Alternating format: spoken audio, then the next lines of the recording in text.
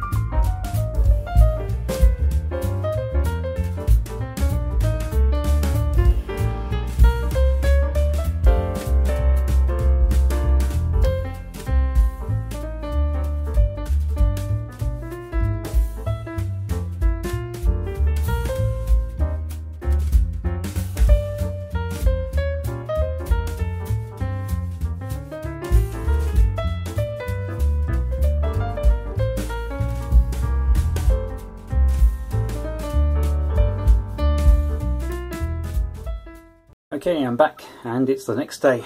I made a number of embarrassing mistakes again, so I'm reshooting this, but I'm reshooting it after dark the next day, so I tried to indirectly light my table, but it's not really working, so you're probably going to get some glare. Anyway, let's go for a good old-fashioned haul video. So let's begin with the least interesting things I got. It's some retro J-pop. Here we are, and here we are. So yes, retro J-pop, presumably from the 70s or 80s. We got a Kaoru Sugita, originally 2,000 yen. I can't see when this is from. Right, Kaoru Sugita, Tori no something, and Hiroko somebody, only 17 years old. Okay, Kaoru Sugita and Hiroko somebody. Puro Dogu. Prologue, okay. This is from, also I can't see a copyright date. It's probably on the records themselves, but anyway, yeah. Some retro J-pop. I guess I'll listen to that eventually. Hi-Fi's playing it. Okay, next. Let's move on to the actual books I got at the book sale. So this one is called Pictures and Stories from Forgotten Children's Books, and a quick glare check. Yeah, seems okay. Right, so Pictures and Stories from Forgotten Children's Books. This is, looks like it's from the 70s and 80s, but it's actually from, and I'm going to read the date correctly this time, 1969. But this is actually kind of a remake or redo of a book called Pages and Pictures from Forgotten Children's Books from 1898 or 1899. So yeah, it's going back into the 17th, 18th and 19th century, the earliest what could be considered books specifically made from, or specifically made for children. Some of the woodcut illustrations, poems, extremely short prose stories, which often kind of rhyme as well, and even kind of basic, very rudimentary sequential art or comic strips. And yeah, the introduction's actually kind of really disparaging about comics, but like it or not, these things were the proto-comics that eventually evolved into comics as we know today. Most of these were what are called chapbooks, which were sold by wandering peddlers before the railway, at least in England and America. Most of the stuff in this is from American publications, but there's some English stuff too, or British, but it's probably England. And it includes some of the very earliest proto-comics, which were just like general children's magazines, often heavily religious, but with a few text stories too, or at least poems. So here we are. They say the first ever magazine aimed at children was the Juvenile magazine, published in January 1788 in London, but actually some more modern research has uncovered some even older magazines aimed at children which existed in the UK and America. So yeah, a very old but not the first British children's magazine, the Juvenile magazine from 1788, and it's got the editor's address to her young readers, which is reproduced here.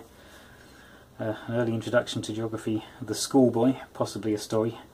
L'enfant docile, something in French. I think the very first British proto-comic was actually in French. L'Enfant's Magazine, if I remember correctly. Fireside dialogues, probably like morality tales or poems. Familiar letters on various subjects like general knowledge, I suppose. The Young Miser, The Little Boy Who Behaved Like a Man. Possibly both stories, but they're not reproduced. Instructive puzzles, notes to the instructive puzzles. The Little Foreigner, a drama in one act, so a play script, poetry and monthly occurrences, which I presume is news. And then this is the Juvenile Miscellany, which was a American children's magazine from 1830. So yeah, this will be interesting read and might get its own dedicated video at some time in the future. So let's move on to the actual comics. This is Orochi, and back when I was watching cartoonist kayfabe, Ed Piskor always loved the injury to the eye motif, so how about this one, eh? So this is Orochi Volume 4, general horror comic from 1971 if I remember correctly. So a religious festival at a shrine, burning some incense, possibly worshipped her ancestors in the wrong way and caused a haunting, creepy guy. Yes, some more psychological horror rather than outright gore, I think. Not that there's not some gore. I'm sure I saw like a pretty severe stabbing in this when I looked for it before. Anyway, there's like two genres of, oh yeah, not really very gory, two genres of horror comics in Japan. There's the male and the female ones. I guess this is one aimed at girls. From I believe 1971, yes, or show 46. So yeah, Orochi Volume 4. More things from Japan. We have the Shufu no Tomu, with the price sticker just stuck directly onto the matte paper, directly printed cover. I think taking that off is going to cause more damage than leaving it on. So yeah, this is the Shufu no Tomu, or the Home Journal for Ladies, from July 1949. So we've got a kind of fashion pages, some I don't know, pretending to be fairies in the forest, fashions for the beach, a short dialogue play script type thing, possibly these are stills from a movie,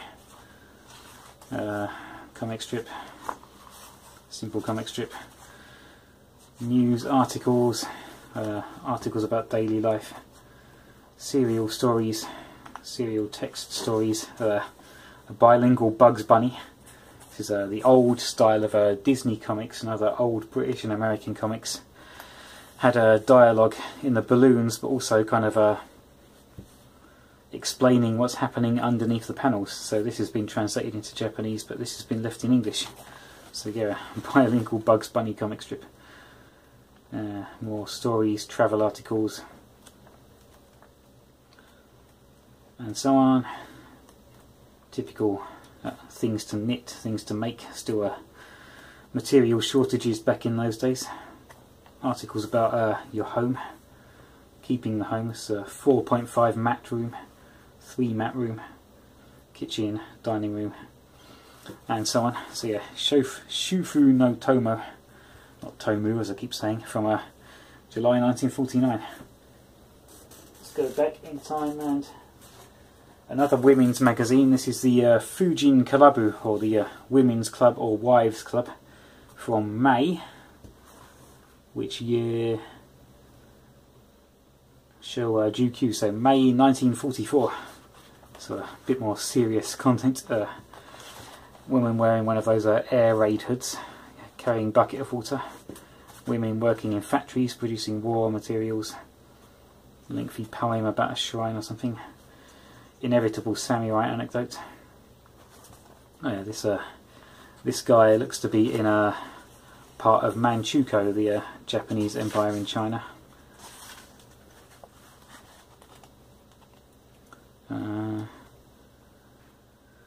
Play script type story with the characters speaking something about air raids. The 20 meters by 7 meters is the dangerous radius of the electron bomb.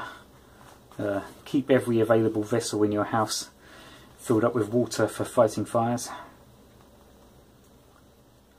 More women in factories.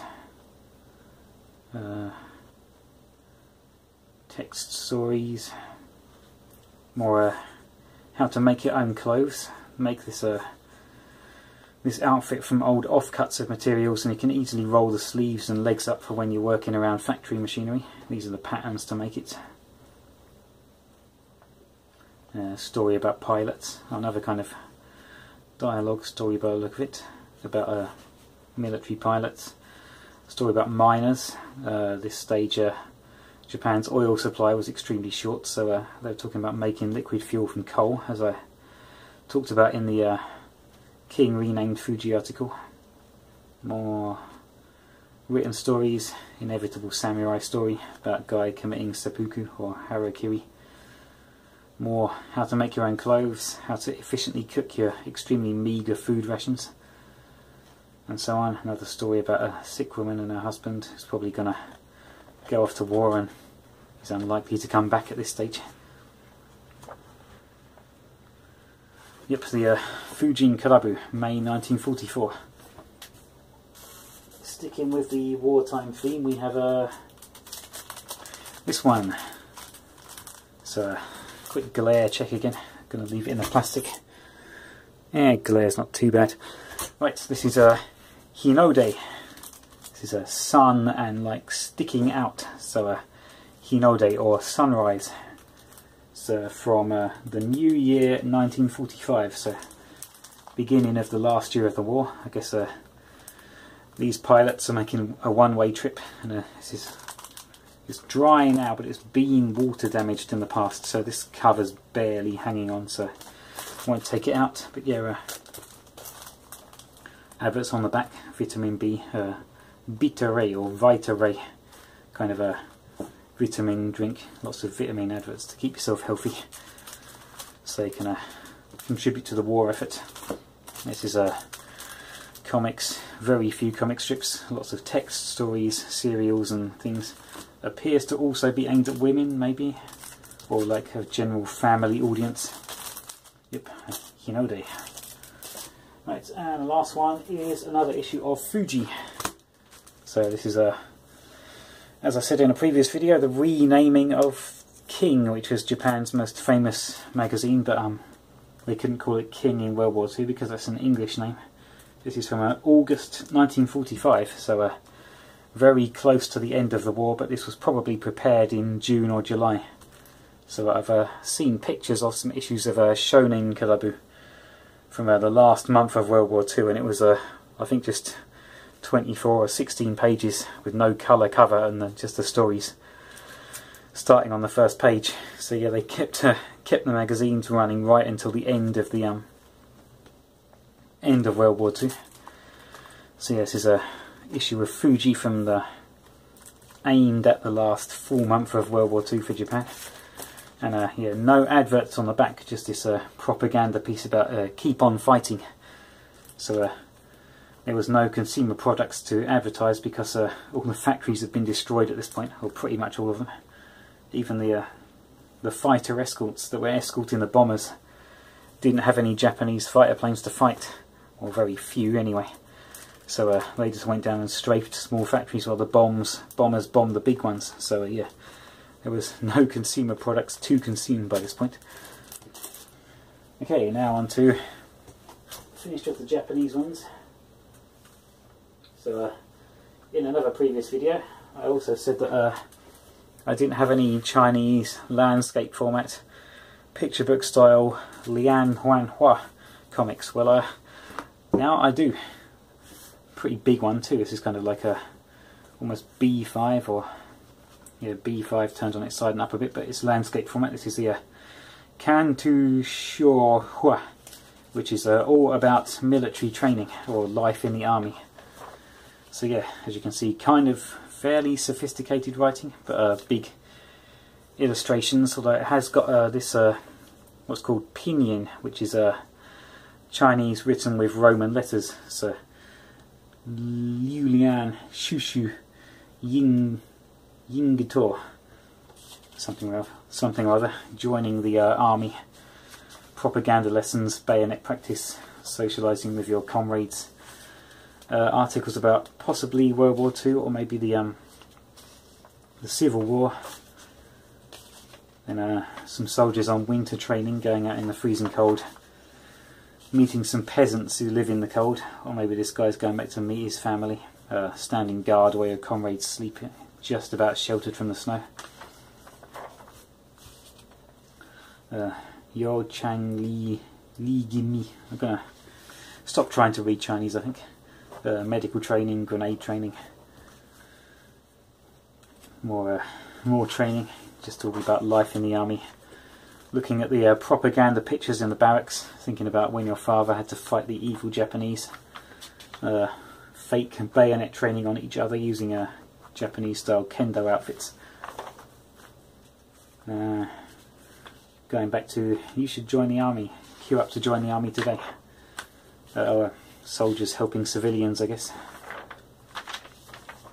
Earn good money, take care of your old parents.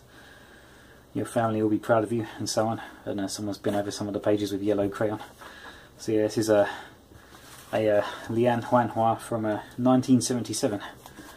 Propaganda about joining the Chinese People's Liberation Army. One commie might be jealous I've got that. Okay.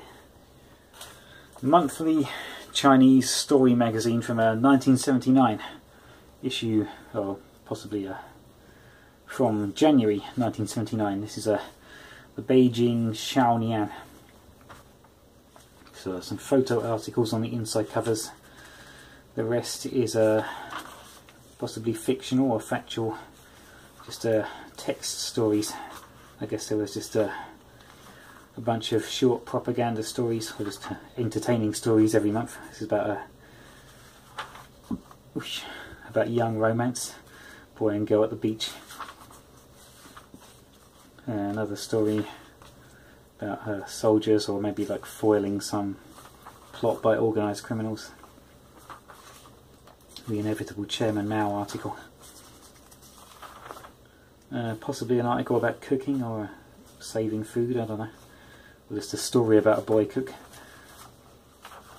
Some educational stuff. Life in the future. This is what 1990 is going to be like. Oh no, there's no gravity in space, so kind of educational too, perhaps. Going to a space station. More photo articles about going to school, possibly learning how X-rays work or something. Maybe some puzzles or answers to puzzles. And some Chinese dolls on the back. So yep, the Beijing Xiaonian. Okay. Another picture book. The Xiao Peng Yu for June 1980. Possibly another regular magazine. This is the writing's quite sophisticated, although it has got a few characters with a pinyin to help children read them, maybe. Oh yeah, pinyin for the titles too. Style of illustration suggests this is aimed at young children, but the writing's still kind of sophisticated. But maybe it's intended for parents to read it to their children. Xiao Tuo Niao. Now you know what ostrich is in Chinese. Possibly about the French Revolution. The personification of France. I forgot what her name is, but yeah, the French version of Britannia is throwing out the evil, greedy capitalists. A traditional story. I think that's Buddha, maybe. This guy's being beaten for foolishly believing in with bourgeois things like religion. Some kind of very simple sequential art. Actually a pseudo-comic. This is what a pseudo-comic really is, Chuck Krasinski. Not just something that's not distributed through Diamond. So yeah, this is the Xiao Peng Yu, probably monthly magazine of stories and puzzles and comic strips for young children. And the last one, oops, oh no, the second to last thing I got,